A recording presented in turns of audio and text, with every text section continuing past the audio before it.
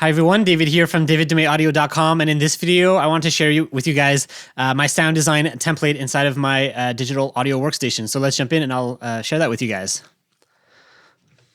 All right, so here we are. I've loaded my template and this is what it looks like. So let's start from the top and then we'll move our way down. So at the very top, I always have my, 4 or 5 tracks here that I always keep. One is marker tracks, or what is it called? A ruler track. And so I keep these at seconds because I already have, like, if I'm working for music or if I'm doing sound design that needs MIDI or whatever. Anyways, I have my measures up here. These are the measures in blue. So I have 1, 2, 3, 4. Those are my measures, and then I have my seconds down here. So I have both available. And yeah, so that's what I have. Next, I have markers, so I can add markers wherever if I'm working to picture or something like that, or if I just want to make notes. Key signatures, mostly for music. Same with tempo, mostly for music. But this is my top section. So next down here, I have my mic setup. So if I'm doing something like monster sounds or something, I need my voice, and then I can use my mic. If I'm just adding a layer with my voice, I can use my microphone. Or if I'm just recording something, I can just grab something and record it directly to my computer with this microphone right here. So yeah, it's nice to always have this handy here, and it's already all set up and linked to my microphone, so I can just get ready and go really fast. Next, I have 2 reactor ensembles, and for both of them, I have S layer loaded.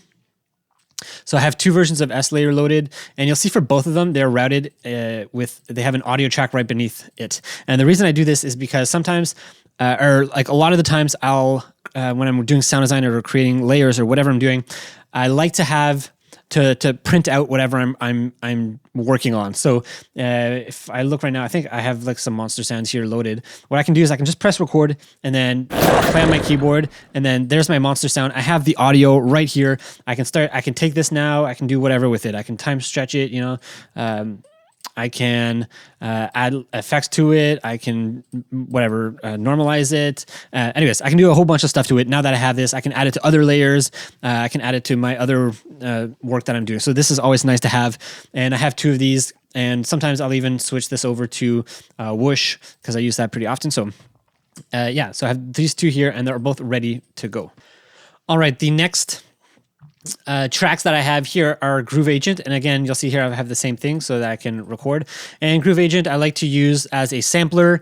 I especially like to use it for its envelope. So there's a pitch envelope, filter envelope, and of course amp envelope. And I just like that you have a lot of control over the envelope and you can pretty much do anything with it. So anyways, that's why I have it here. So if I ever need to go in and tweak sounds, I can do that pretty easily in here, so that's why I have this here. Next one I have is the sampler track, and here it's a similar, it's kind of like a Groove Agent as well, but anyways, in a sampler, so you have some other, actually I think it's pretty similar parameters, but anyways, I like to have both just in case I ever need it. And finally, down here, I have a synth that I use probably the most, which is Omnisphere.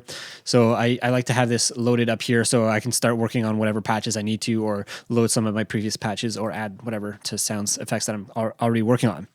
So this is the bulk of my template. It's pretty simple, nothing complex, but it has most of everything I need whenever I'm loading up a sound, whenever I'm loading up my workflow to do some sound design.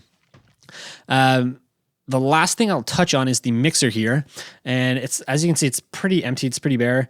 And that's on purpose. I'm not trying to set up any kind of chains or effect chains or anything like that. I want it to be really simple so that I can be as creative as possible whenever I start work. The only thing you'll see here is on my stereo out, I have a few things that I like to place. One is ozone. And here is just its default settings. So I don't have anything set. Usually I'll set this to like -1, just because that's where I like to have my ceiling. But yeah, there's no settings here. It's just in case I do need to like have settings over all my sound effects. I can easily apply whatever effects on here. But yeah, this is just the standard default setting. Next thing I'll have is Insight, again by Isotope. Again, this is just to see my levels, see my sound field, and yeah, so I can see all my information on here for my audio. And then finally, tonal balance, I put on all my tracks, but this is mostly a music thing.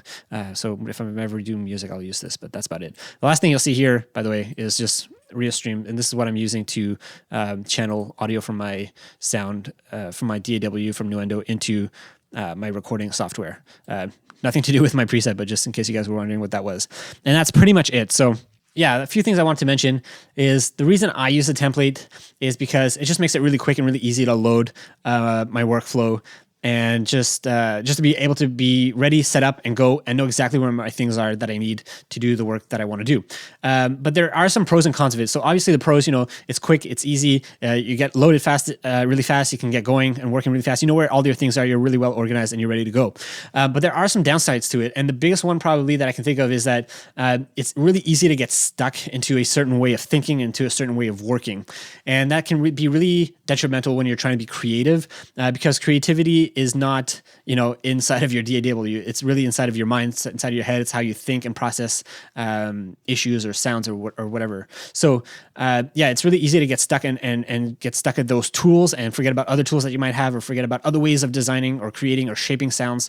So that is a downside to it. So it's something to be aware of. And I try to think outside of my DAW before I start working. So, for example, if I have a project that I'm working on, instead of just jumping into my session, to my template, and then starting working from there, I'll usually step out, maybe even out of the studio, like physically step out, and just think through like what I'm trying to accomplish or what I'm trying to do, and then I can come back in here and then load my template and then load the sounds that I was thinking about and how I could maybe create them. So there's some workarounds, but it's useful to know that there are some limitations to it.